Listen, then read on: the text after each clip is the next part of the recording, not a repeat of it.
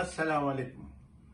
نن دور د انټرنیټ دور دی، د یوټیوب دور دی، د فیسبوک دور دی او دا یو داسې آینه ده چې په دې کې ټوله دنیا راغونډه شوې ده او خاص طور سره په یوټیوب کې خو په هر موضوع تاسو ته مواد په لاس راځي.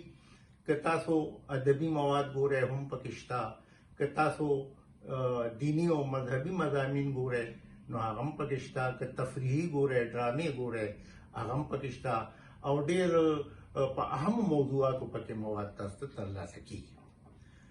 نو چې کوم خلک د دې یوټیوب په شا کار کوي یا یوټیوب چینل یې چلی نو پکار دا دی چې هغه تجربه لري.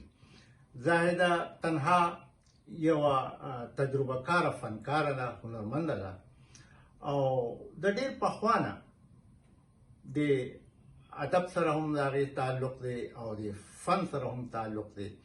د ریډیو د ټي وي هیڅ یو ډرامه د هغې نه بغیر مکمل نه وي او ډېره اهم کردارونه په مختلفو ډرامو کې ادا کړي دي. زما په ډرامو کې هم هغې ډېر کار کړی دی. یوه زمانه وه چې ما د یوې غیر ملکي نشریاتي ادارې له ډرامې لیکلې او هغې په دې ډرامو کې یو کال پورې ما سره کار کړی دی او کله نه کله خو موږ دواړه هم مایک ته ودرېدو.